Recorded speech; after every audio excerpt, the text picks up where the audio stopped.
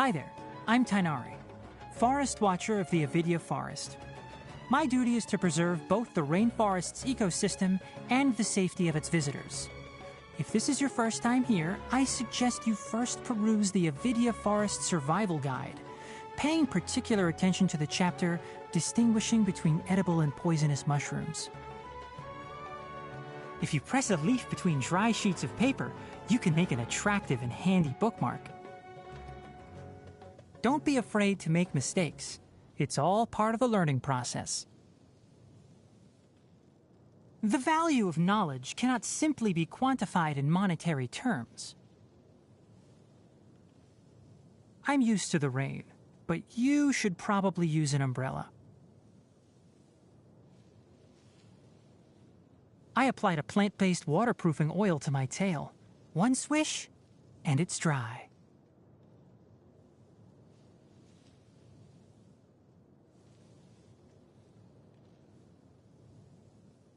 The thunder's so loud.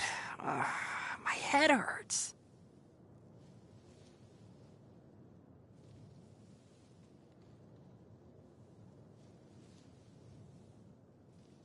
I don't see weather like this very often. Oh, are you cold? If you want, you can tuck your hands into my tail.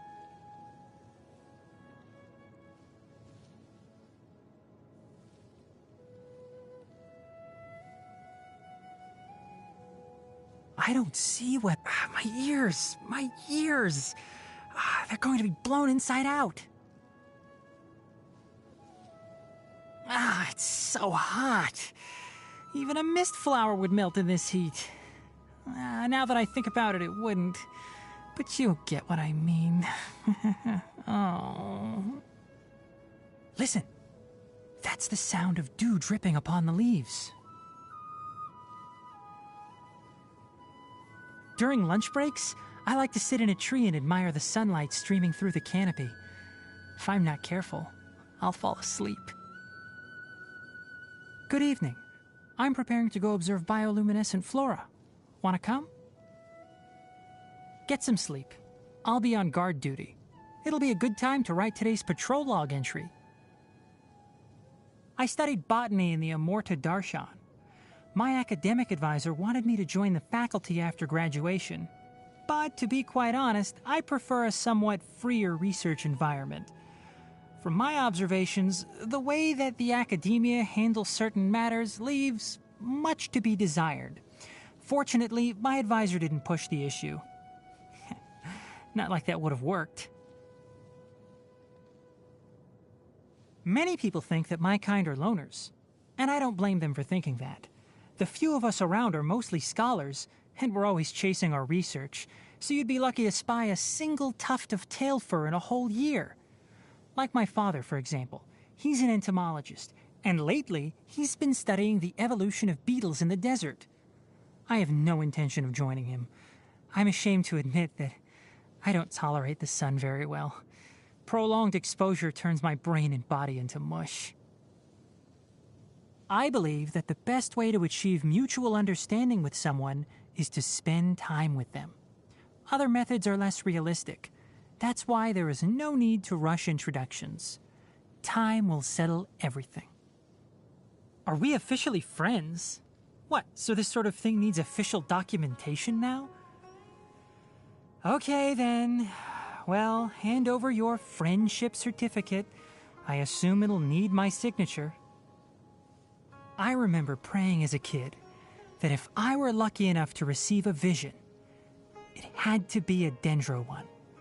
It wasn't because of research. I just wanted to make a vine ladder to reach high-hanging fruit. I've heard about the Aranara for some time now, but I haven't personally seen any. Sometimes I hear rustling sounds from the forest depths, but they disappear when I go closer. That's a good thing, though. At least they know how to protect themselves. Unlike those stupid adventurers whose first thought when they run into an Avidya leopard is, "Ooh, maybe I'll form an interspecies friendship today." Don't worry about Karkata. I told the Matra I know that it's my research assistant. If anyone wants to do anything to it, they'll need to go through me. Since you seem to care a lot about Karkata, Why don't you enroll in some courses at the Spantama Darshan? That way you can care for it even if I'm gone. Did you know that plants can camouflage themselves? Some mimic insects or birds to intimidate their natural predators. Others produce bait to attract pollinators. And still others are obligate carnivores that utilize enticing fragrances or honey to lure in their prey. I feel like I'm not just talking about plants anymore. When that child was first brought here, she was effectively illiterate. It wasn't a huge issue, though. She's a hard worker and a diligent student, so she's made good progress. Still, her goal is to learn advanced medical techniques, so she still has a long way to go. She sometimes puts too much pressure on herself. Help her out when you can, would you? Consider it a favor for me as her mentor. Thanks a lot. You want to see Sino? Well, firstly, a word of caution. If he ever comes chasing you down for work-related reasons, prepare for the nightmare of a lifetime. Other than that, General Mahamatra is a high-ranking position, so it usually isn't easy to find him. But he does occasionally go to Gandharvaville to see Kale. As much as he might want to stay unnoticed, he can't fool my ears. After my advisor's rescue, I wrote him a letter to send my regards. To my surprise, he wrote back saying that someone had already given him my regards in person. He ended the letter with a question. The General Mahamatra said he hopes that the sages will enjoy a more tasteful reputation thanks to the efforts of our darshan. Whatever do you suppose he meant by a more tasteful reputation? It's a good question. I'd like to know too. Be careful of Alhaitham. I'm not saying he's a bad guy, but he purely operates by rationality, so people often find his actions unacceptable. If you don't believe me, just ask his housemate. Thanks to Alhaitham, he has more pent-up frustration than an angry animo slime. Kaveh is a famous architect in Sumeru. The Palace of Alcazarzaray is his magnum opus. During the initial planning, he even asked me to recommend suitable ornamental flora. I don't know why or how, but he ended up heavily in debt after the palace was completed. Alhaitham is helping out by letting him stay in his place, but I don't know whether that's a blessing or a curse. The renowned Lord Sangama Bey is none other than Dori. I became acquainted with her through a previous research project. It had required very rare materials, and the only way I could get them was through her and her mysterious supply network.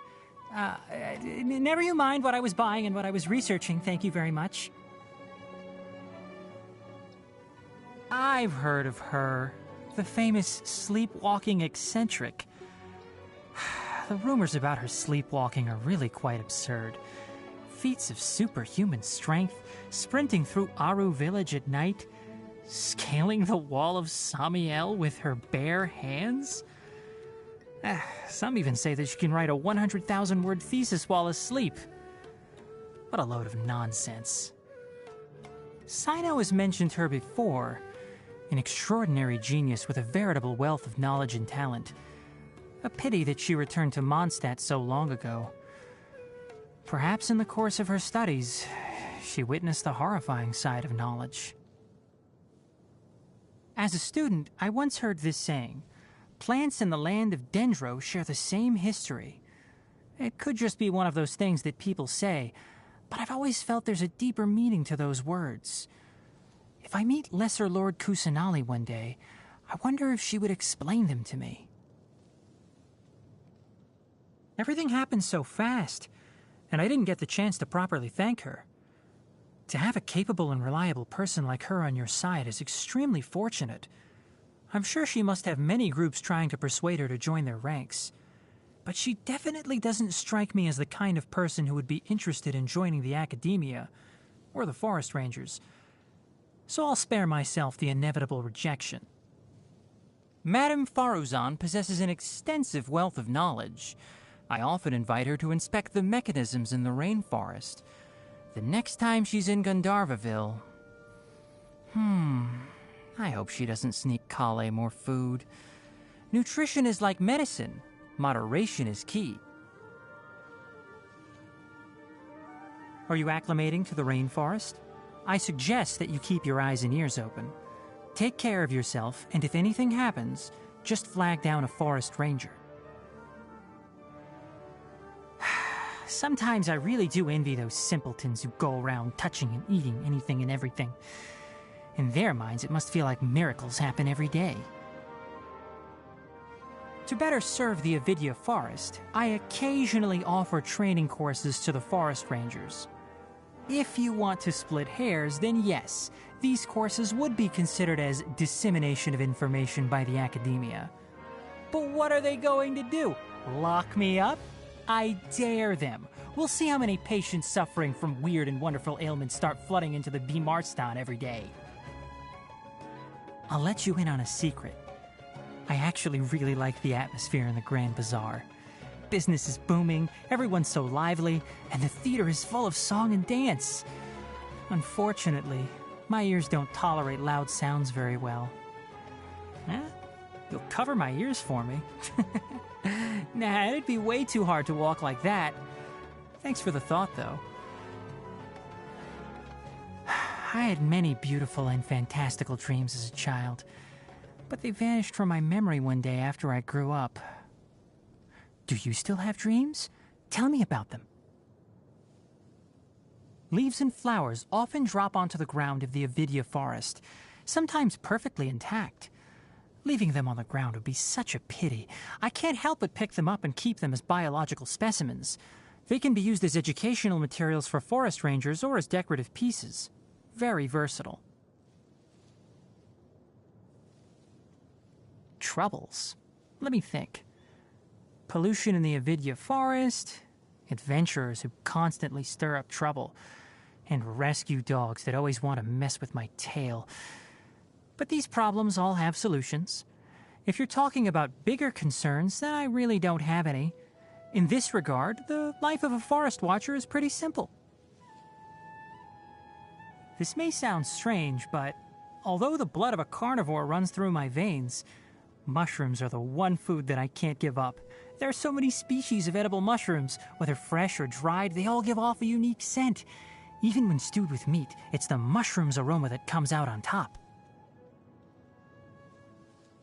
My olfactory system is overly sensitive, so I lack the good fortune to enjoy heavily spiced foods. Quite the shame in Sumeru.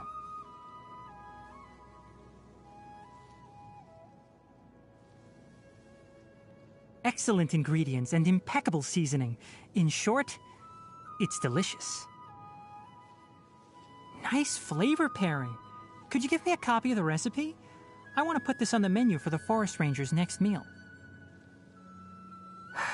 Do I need to teach you some new recipes?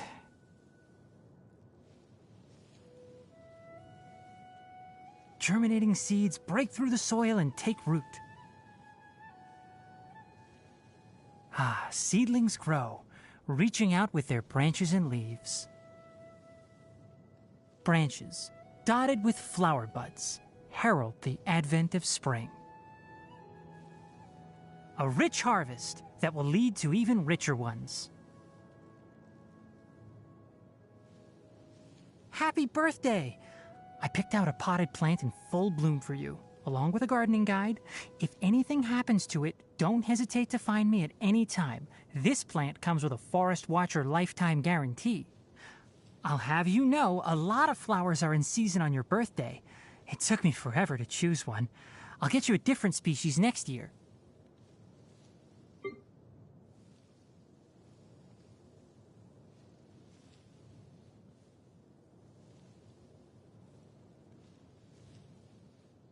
One with the forest.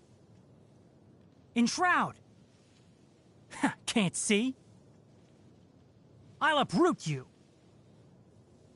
Let's nip that in the bud. I hear everything. Keep up. Why is there a chest here? I think we can forgo the lost and found report. Smells like something good is inside. Oh, what a drag. My tail's all messed up.